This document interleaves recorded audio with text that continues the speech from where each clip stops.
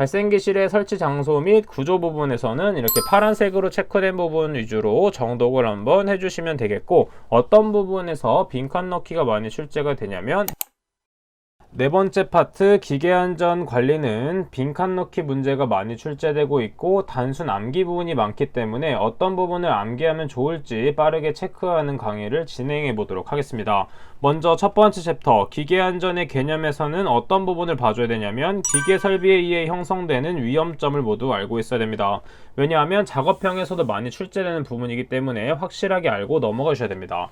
먼저 첫 번째 협착점이란 무엇이냐면 왕복 운동을 하는 운동부와 그 다음에 고정부 사이에서 형성되는 위험점으로서 대표적으로 프레스가 있다는 것을 알 수가 있습니다. 자, 그래서 이것은 어떤 식으로 외웠냐면 암기법을 한번 적어 보도록 할게요. 협의는 대가 왕고프. 자, 그래서 협착점에 대한 얘기가 나와있죠. 협착점은 무엇이냐면 왕복 운동하는 운동부와 고정부 사이에 형성되는 위험점이기 때문에 왕복 운동하는 운동부, 그 다음에 고정부에 해당되고 마지막에 푸는 프레스에 해당된다라는 걸 알 수가 있겠죠. 자, 그 다음에 끼임점이란 무엇이냐 하면 끼임점이란 기계의 회전 또는 직선 운동 부분과 고정부 사이에서 형성되는 위험점으로서 대표적인 기계 기구로서는 연삭숫돌이 있다라는 걸 체크해 볼 수가 있습니다. 자, 그래서 이것은 어떤 식으로 외웠냐면 끼회, 직고연. 자, 그래서 끼임점이란 무엇이냐 하면 기계의 회전 또는 직선 운동 부분과 고정부 사이에 형성되는 위험점으로서 대표적인 기계의 기구는 연삭숫돌이 된다는 것을 알 수가 있습니다. 절단점에 대해서 보도록 할게요. 절단점이란 무엇이냐 하면 회전하는 운동부 자체 및 운동하는 기계 부분 자체의 위험점으로서 대표적인 기계 기구로서는 밀링 커터가 있다라는 걸 알 수가 있습니다. 자, 이것도 마찬가지로 앞글자를 따서 외워줄 수가 있는데 절회자밀 이렇게 외워줄 수가 있겠죠. 자, 그래서 어떻게 형성이 되냐면 절단점이란 무엇이냐면 회전하는 운동부 자체에서 생성되는 위험점으로서 대표적인 기계 기구로서는 밀링 커터가 있다 라는 걸 알 수가 있습니다. 자, 그 다음에 네 번째 물림점이란 무엇이냐면 서로 반대 방향으로 회전하는 두 개의 회전축에 물려 들어갈 위험이 있는 점이고, 대표적으로 기어와 롤이 있다 정도 체크해 주시면 되겠습니다. 그 다음 다섯 번째에 있는 접선 물림점은 말 그대로 접선에 의해서 물려 들어가는 것으로 회전하는 부분에 접선 방향으로 물려 들어갈 위험이 있는 점으로서 대표적으로 벨트와 풀리가 있다. 그 다음에 아래에 있는 그림을 통해서 한번 더 체크해 보시면 되겠습니다. 그 다음 마지막으로 회전 말림점이란 무엇이냐면 회전하는 물체의 돌기회전부에 의해 장갑 등이 말려 들어갈 위험이 있는 점으로서 대표적으로는 커플링 또는 회전하는 보링기가 있다 정도 체크를 해주고 넘어가 주면 되겠습니다. 자, 기계의 조건에서 안전화 방법도 시험에서 출제되었기 때문에 이것들을 외워주는데 일반적으로 4가지를 적는 문제가 나오기 때문에 전부 외운다기보다는 4개에서 5가지 정도만 외우도록 하겠습니다. 그 중에 첫 번째 외형의 안전화, 그 다음에 작업의 안전화, 그 다음에 작업점의 안전화, 기능의 안전화, 구조의 안전화가 있고 마지막으로는 보전 작업의 안전화가 있다 정도만 체크해 주시면 되겠습니다. 자, 그 다음 아래에 있는 기계의 일반적인 안전사항 중에서 이때 방호장치에 대한 것들, 이 뒤에 있는 부분들은 가볍게 정독을 하고 넘어가 주시면 되겠습니다. 자, 나머지 부분도 가볍게 읽어 주시면 되고, 두 번째 챕터인 공작기계의 안전에 대해서 한번 보도록 하겠습니다. 자, 해당 부분에서는 어떤 부분을 체크해 주면 되냐면 첫 번째, 연삭숫돌의 파괴 원인에 대해서는 한번 필기에서도 많이 다뤘기 때문에 체크하고 암기를 해주시면 되고, 그 다음에 아래쪽에 있는 연삭 작업의 안전 수칙에서 가로놓기 문제가 많이 출제되고 있습니다. 어떤 부분에 해당되냐면 위험을 미치려고 있는 경우에는 그 부위에 덮개를 설치해야 되고, 사업주는 연삭숫돌을 사용하는 경우, 작업의 경우 작업 시작 전에는 1분 이상, 그 다음에 연삭숫돌을 교체한 후에는 3분 이상 시험 운전을 하고 해당 기계에 이상이 있는지를 확인해야 된다. 자, 그래서 덮개 1분, 3분이 빈칸 넣기로 출제되고 있기 때문에 반드시 체크를 해주시면 되겠습니다. 그 다음에 체크해야 될 부분 중에서 일단 여기 N은 오탈자로 빼주셔야 되고, 그 다음에 우측에 있는 원주 속도는 반드시 암기해줘야 되는데 이때 속도 단위는 미터 퍼 미니트 단위, 그 다음에 지름인 D는 밀리미터 단위가 되겠고 마지막으로 N은 분당 회전수가 된다는 것을 알 수가 있습니다. 자, 이렇게 정해진 공식을 대입할 때는 대입하는 단위와 도출 단위를 반드시 암기를 한 후에 대입을 해주셔야지 정확한 답을 구할 수가 있습니다. 자, 그 다음에 그럼 아래쪽에 있는 연삭기 덮개의 노출 각도 부분을 보도록 할 텐데, 이 중에서는 어떤 부분을 체크해주면 되냐면 1번에 있는 일반 연삭 작업 등에 사용하는 것을 목적으로 하는 탁상용 연삭기 덮개의 각도, 이때는 이 가운데 부분이 125도 이내가 돼야 되고, 그 다음에 두 번째는 무엇이냐면 연삭 숫돌의 상부를 사용하는 것을 목적으로 하는 탁상용 연삭기의 덮개의 각도는 이때 60도 이상이 되어야 된다. 그 다음 마지막으로 여섯 번째, 평면 연삭기, 절단 연삭기, 기타 이와 비슷한 연삭기의 덮개 각도, 이 부분에 대해서는 15도 이상이 되어야 된다를 체크하고 암기를 해주시면 되겠습니다. 자, 그 다음에 어떤 부분을 체크해주면 되냐면 목재 가공용 기계에서 분할날이 갖춰야 될 사항 4가지는 반드시 외워줘야 됩니다.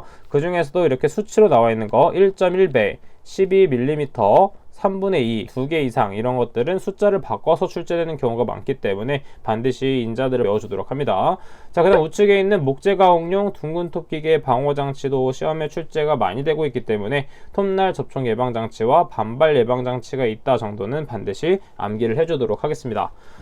자, 세 번째 챕터에서는 무엇이 중요하냐면 프레스 방호장치 중에서 가드식, 수인식, 손쳐내기식 등이 있는데, 그 중에서 우측에 있는 손쳐내기식 방호장치는 슬라이드 하행전 거리에 4분의 3 위치에서 손을 완전히 밀어댄다. 이때 4분의 3은 반드시 암기를 해줘야 되고, 그 다음에 나머지 부분 중에서 아래쪽에 있는 공식들, 양수 조작식 안전거리 구하는 공식과 그 다음에 양수 기동식의 안전거리 구하는 공식은 반드시 암기를 해주셔야 됩니다.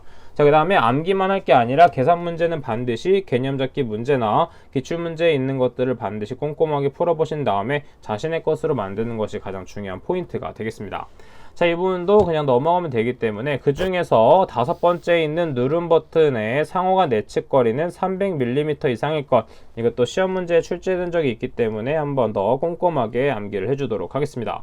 그 다음에 챕터 4를 보도록 하겠습니다. 네 번째 챕터에서는 어떤 부분이 중요하냐면 방호장치, 즉 롤러기의 방호장치 종류 및 성능 조건에 대해서 설명이 되어 있는데, 이때 급정지 장치에 대해서는 반드시 암기하고 있어야 됩니다. 자, 그래서 처음에 되는 것이 무엇이냐면 손 조작식의 설치 위치는 밑면에서 1.8m 이내여야 되고, 복부 조작식은 밑면에서 1.8m 이상 1.1m 이내가 되어야 되며, 무릎 조작식은 밑면에서 0.6m 이내가 되어야 됩니다. 자, 그 다음에 우측에 있는 롤러기 가드의 개구부 간격에 대한 공식도 반드시 암기하고 있어야 되는데, 이때 Y값은 가드의 개구부 간격으로서 밀리미터를 대입하면 되겠고, 그 다음에 X는 가드와 위험점 간의 거리로서 마찬가지로 밀리미터를 대입해주면 되겠습니다. 그 다음에 아래쪽에 있는 방호장치의 성능 조건에서는 앞면 롤러의 표면 속도가 30m/min 미만인 경우와 30m/min 이상인 경우로 나눌 수가 있는데, 미만인 경우에는 급정지 거리가 어떻게 되냐면 앞면 롤러 원주의 3분의 1 이내가 되어야 되고, 그 다음에 30m/min 이상인 경우에는 앞면 롤러 원주의 2.5분의 1을 곱해줘야 되겠습니다. 자, 그 다음에 이때 원주 구하는 공식은 너무 상식적이긴 하지만 다 어렸을 때 까먹었기 때문에 다시 한번 암기해 주도록 합니다. 원주를 구하기 위해서는 파이 d를 곱해서 원주를 표현한다라는 걸 체크해 보면 되겠죠. 발생기실의 설치 장소 및 구조 부분에서는 이렇게 파란색으로 체크된 부분 위주로 정독을 한번 해주시면 되겠고, 어떤 부분에서 빈칸 넣기가 많이 출제가 되냐면, 자, 우측에 있는 안전기 설치 부분에서 많이 출제되고 있는 부분이 많습니다. 자, 그래서 아세틸렌 용접 장치는 취관마다 이 부분이 빈칸 넣기가 많이 출제되고 있고, 다만 주관 및 취관에 가장 가까운 분기관, 자, 이때 분기관도 많이 출제되고 있기 때문에 취관 분기관은 바로, 그 다음에 마지막으로 가스 용기가 발생기와 분리되어 있는 아세틸렌 용접 장치에 대해서는 발생기와 가스 용기 사이에 안전기를 설치해야 된다. 자, 이런 식으로 빈칸 넣기가 출제되고 있기 때문에 각각에 무엇이 들어가는지는 반드시 체크하고 암기를 해주도록 하겠습니다.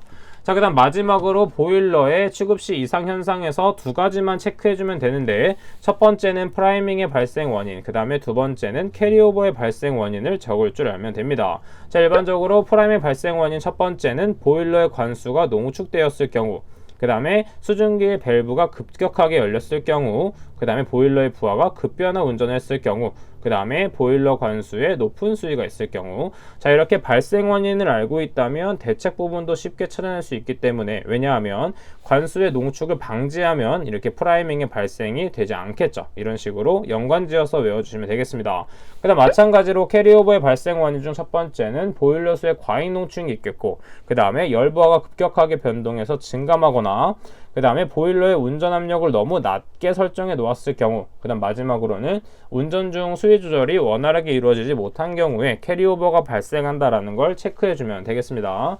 자, 해당 파트 부분은 단순 암기 부분과 그 다음에 빈칸 넣기 부분이 많았기 때문에 이렇게 빠르게 체크를 하고 핵심 키워드를 적는 연습을 해주시면 되겠습니다. 자, 그럼 저는 여기까지 하도록 하겠습니다. 저는 그럼 다음 시간에 뵙도록 할게요. 감사합니다.